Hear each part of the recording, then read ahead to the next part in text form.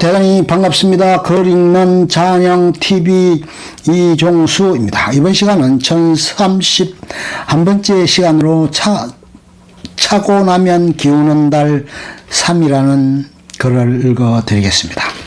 차고 나면 기우는 달 3 인터뷰.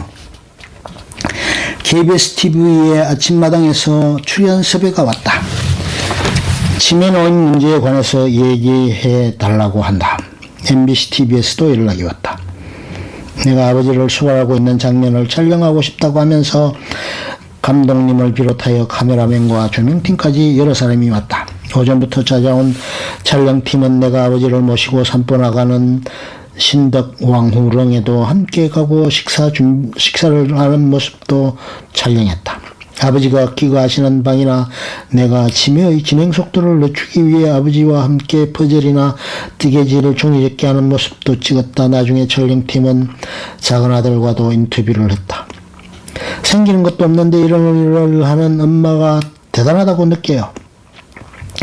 그런데 오래 사는 것도 별로 좋은 것 같지 않아요. 아이들은 할머니가 돌아가시자 이제 끝났나 싶었는데 바로 외할아버지가 오셨기 때문에 나름대로는 힘이 들었나 보다.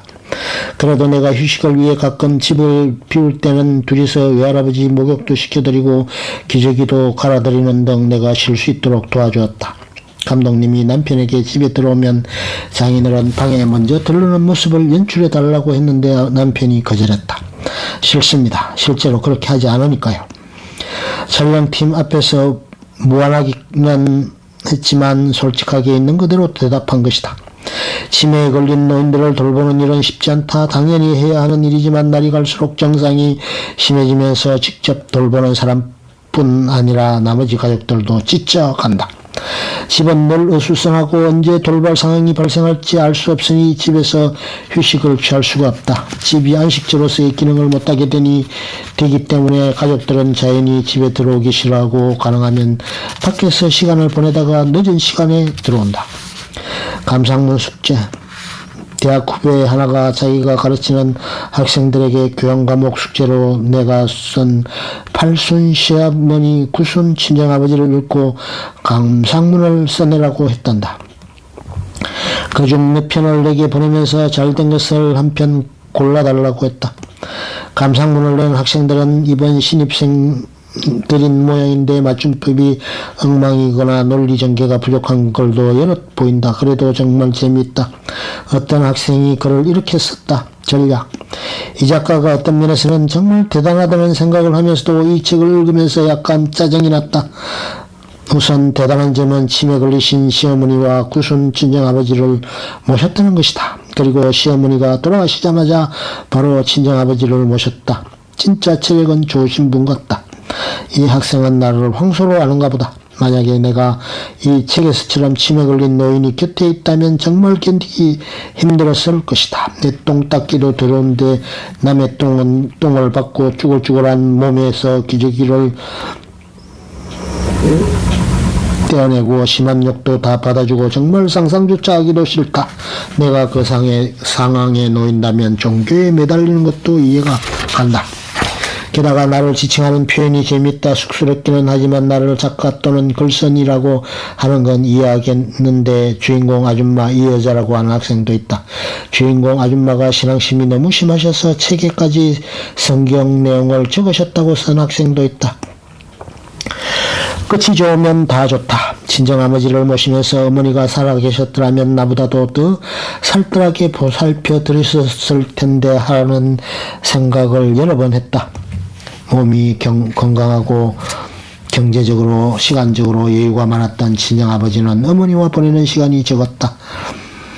아버지로부터 경제적인 지원을 받기 원하는 사람들이 수시로 찾아왔는데 아버지는 그 사람들과 만나거나 운동을 하는 데 많은 시간을 할애했기 때문에 두 분이 함께 외출하시는 것은 예배에 출석하는 것이 전부였다. 친정아버지는 가족들에게 당신 귀에 거슬리는 말은 한마디도 못하게 하셨으므로 어머니도 많은 갈등을 겪으셨다. 어머니가 돌아가신 후에 발견한 일기장을 보면 아버지에게 섭섭했던 일들, 주로 의사소통이 제대로 이루어지지 않음으로 인한 고민과 갈등의 흔적이 그대로 남아있다. 그런데 어느 날 내가 기저귀를 갈아드리고 방에서 나가려 하자 아버지가 내 손을 잡으셨다. 내가 노영란 친정어머니 이름 이 얘기 너무 많이 잘못했어. 아버지에게서 생전 처음으로 들어보는 풀이 죽은 목소리였다. 평소에 이 세상에 무서운 것, 힘든 것, 어려운 것이 없다고 하시던 아버지였는데 그날은 고개를 푹 숙이고 방바닥만 내려다보시더니 울먹이면서 이렇게 말씀하셨다. 내가 잘못해서 나를 용서해줘. 치매가 진전되면서 아버지는 가끔 나를 어머니로 착각하기도 하고 어머니가 살아계신 줄로 알기도 하셨는데 그날은 노영란이에게는 너무 많이 잘못했다는 말을 되풀이하시면서 소리내어 우셨다. 누구 앞에서도 고개를 숙여본 적이 없다는 게 자랑이던 분이시라 나는 아버지의 갑작스러운 태도에 당황하여 아무 말도 하지 못했지만 하늘나라에 계신 어머니도 아버지를 용서하셨으리라고 생각한다. 친정 아버지와의 이별. 시어머니가 돌아가시기 직전에도 그랬지만 아버지가 지난주에는 몸이 몹시 괴로우신 것 같았다. 옷을 입었다 벗었다 양말을 신었다 벗었다 하셨고 하루에도 10번 넘게 화장실을 들락거리셨다. 앉거나 서거나 눕거나 어떤 자세를 취해도 불편하신 모양이었다. 새벽까지 옷을 입었다 벗었다 하는 아버지와 신랑 일어나다 3시쯤에 누웠지만 아침에 눈이 저절로 떠졌다. 마루에 나가보니 아버지가 옷을 하나도 걸치지 않은 채 발벅스를 옮기려고 힘을 주고 계셨다. 발밑의 양탄자 위에는 흙이 수북하고 베란다에 있던 화분의 화초가 양탄자 위에 뽑혀 있었다. 시계를 보니 6시. 잠은 없어지고 기운이 솟아나시는가 보다. 발가벗은 아버지를 방으로 모셔다가 기저귀를 채우고 옷을 입혀드렸다. 아버지 이제 마음의 준비를 하셔야 할 것 같아요. 저한테 하고 싶으신 말씀 없으세요? 많지 말씀하세요. 저한테 하고 싶은 말씀이 많으시다면서요. 보고 싶은 사람은 없으세요? 말씀하시라니까요. 보고 싶은 사람이 없어졌어. 내가 너한테 무슨 할 말이 있겠냐 여자한테. 그리고는 마치 고장난 전축처럼 같은 말만 되풀이한다. 옷 좀 벗겨줘. 아까도 벗었잖아요. 벗겨줘. 금방 입혀달라고 할 거면서 그래도 벗겨드려요. 좀 벗겨줘. 옷을 벗겨드리고 나서 베란다에 빨래를 걷고 있는데 아버지가 뭐라 말씀하셨다. 뭐라고요? 옷 좀 입혀줘. 네 이것 좀 입혀줘. 또 그러시네. 또 옷 좀 입혀줘. 그러더니 아버지가 의자에서 일어나신다. 왜요? 소변 좀. 화장실로 가세요. 요광 줘. 아버지 우리 집에는 요광이 없어요. 알았어. 요광 가져와. 요광이 없다니까 요광 좀 무시. 요광 가져와. 계속 무시. 요광. 막무가내로 떼를 쓰는 아이처럼 요광을 찾는 아버지를 달래어 화장실로 가시게 했고 점심 식사를 하신 후에 약을 드렸다. 약 좀 줘. 아까 드셨어요. 그래 약 줘. 아까 드셨다니까요. 약 줘. 약 많이 먹으면 큰일 나요. 큰일 나나. 그럼요. 약 좀 더 줘. 이런 아버지를 나 혼자서는 더 이상 감당하기가 어려워서 몇 곳을 알아보고 연신내에 있는 시설로 모시기로 했다. 사유를 적는 난에는 보호자의 휴식이라고 썼다. 아버지를 시설에 모시고 나니 아침에 일어났을 때 모든 물건이 제자리에 있는 게 참 신기했다. 신발도 그대로 현관에 있고 빗자루도 제자리에 걸려있다. 당연한 건데도 신기하고 안심이 된다. 전에는 밤에도 2-3번씩 일어나서 기저귀를 갈았는데 이제는 저녁에 잠들면 아침까지 내쳐 잘 수 있다. 최근에는 잠도 모자라서 피로가 누적되어서인지 아침에 일어나면 날 때면 누가 내 심장을 움켜쥐고 있는 것처럼 가슴이 답답하고 숨을 쉬기가 어려웠다. 아버지를 시설로 모시던 전날은 나도 어지간히 지쳐 있었다. 이런 새벽에 가방을 싸들고 밖으로 나가겠다는 아버지를 말리며 하소했다. 아버지 나도 잠 좀 자자. 내 몸이 편해야. 아버지를 시설로 모시고 나니 그동안 개점 휴업 상태로 방치했던 재고 확인, 반품된 물량, 종류별로 분류하기, 미수금액 독촉하기 등 밀린 출판사 일이 많았다. 밥 해먹고 병원 출입하고 짬짬이 일하며 하루하루 넘기는 일만으로도 빠듯했고 밤에는 아버지 기저귀 갈아드리느라고 넘어지신 건지 뭘 쓰러뜨리신 건지 쿵 하는 소리가 날 때마다 자다 말고 뛰어나가던 그때는 그저 잠들면 도중에 깨지 않고 아침에 눈 뜨는 게 소원이었다. 아버지가 물건을 부수고 화분에다 소변 보고 기저귀 차림으로 밖으로 나가겠다고 문 열라고 호통치실 때는 한숨만 나왔다. 지금도 아버지 수발에서 완전히 벗어난 건 아니지만 이제는 오늘 끝내기로 한 일은 오늘 마칠 수 있고 만나야 할 사람은 아무 때나 시간 정해 만날 수 있다는 게 믿어지지 않는다. 그동안에는 예정했던 일도 오늘 못하면 내일로 미루고 아버지를 돌봐줄 간병인을 구하지 못하면 사람 만날 일도 다음으로 미루며 지냈기 때문이다. 당시에는 한다고 했지만 결국은 내 몸이 편해야 남의 사정도 눈에 들어오는 모양이다.